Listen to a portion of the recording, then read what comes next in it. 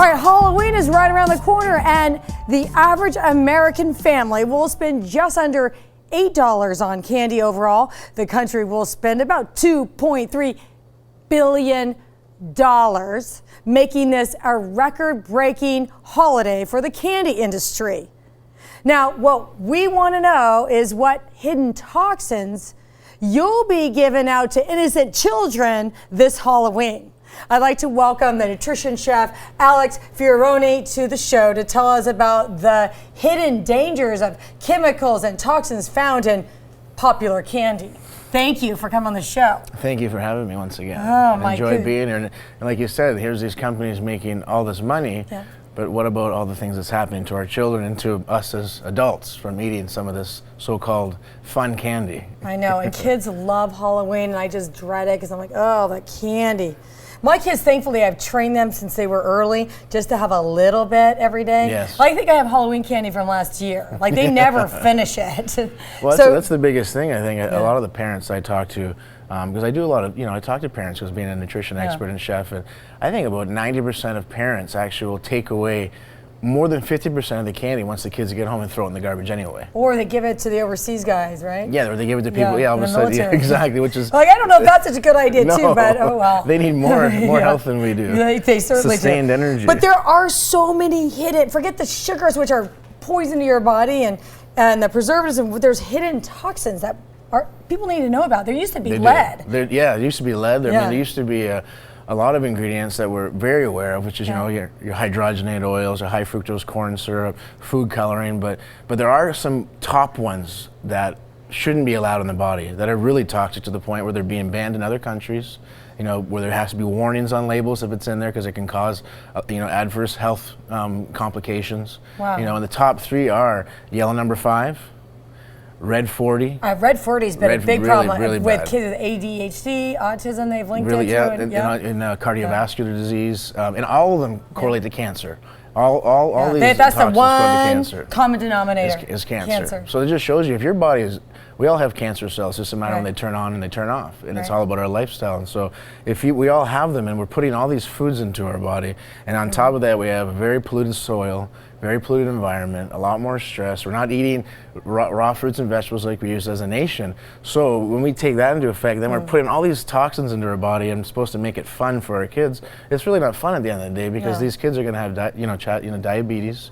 The obesity rate in children is rising every year. So that's why as parents, I think if we don't make a difference and step up to the plate, not only our children, but our children's children are going to be affected. I know, and who doesn't want to be a good parent? I know. And it's like we've always programmed our kids, oh, you don't feel good, you got a shot. Well, here's a lollipop. Exactly. Did you have a bad day in school?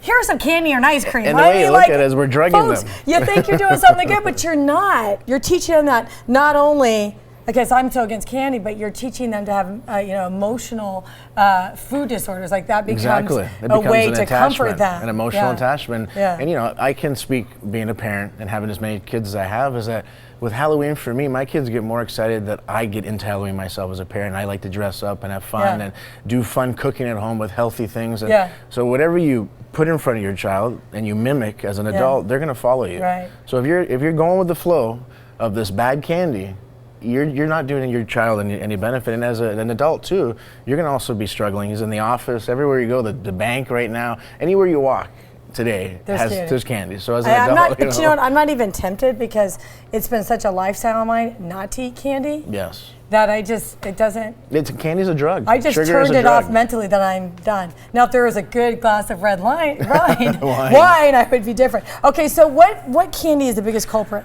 I think the biggest culprit you can see on the right here, I have your traditional candies that a lot of people are going to grab because they got the nice big bags. You feel like you're saving money. You got a lot of variety, but all of these candies. Is this a Costco bag, by the way? No, this is actually a store that you would think is healthy, but they also sell unhealthy things, just not as bad. Right. But the three denominator in all of the candy here that you'll see, they all have yellow number 5 and yellow number 6. Which is a huge culprit for asthma now. That's why there's actually, in 2013, we just passed a law in the U.S. that we have to put that it causes asthma on the label. Then you have partially hydrogenated oil. Here you go. You take a nice healthy fat, strip it of its nutrients, and add hydrogenated atoms to it so that increase shelf life and it has a high resistance to heat, so they can bake it at whatever temperature they want to get it out of the oven and into a package. So nothing to do with our health.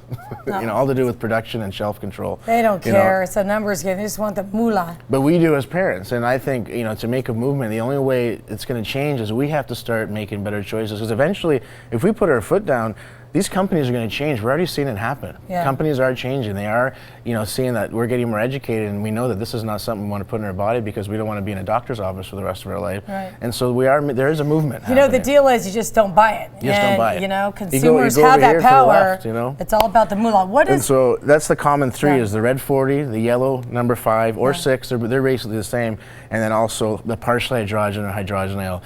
If you look at an ingredient as a chef as well, chocolate is very simple. It should have 3 ingredients, just like bread. So if you see more than 4 or 5 ingredients in a label right away, it's nothing to look at. And you know what's even more ironic is a new ingredient that I've come across, and I've been doing this for almost 16 years, is PGPR. It's basically a new ingredient in chocolate where they're stripping the chocolate out of chocolate. So they can make more mass. Yeah, it's a natural, So it's a chemical emulsifier. You know, it's such a big word that I had to write it down. I know, I was looking at it, I'm like, polyglycerol. Polywrinklelicate. I can't even pronounce it myself. That's but a problem. If you can't pronounce the ingredient, don't put it in your body, right? Exactly. You know, so here we are thinking that, you know, we're eating chocolate, but we're just eating a big, huge emulsifier filled with chemical. Is that why emulsifier. chocolate, like that, this kind of cheaper chocolate tastes like wax a lot? It does. Yeah. If you really, because you look over here, this is just natural chocolate.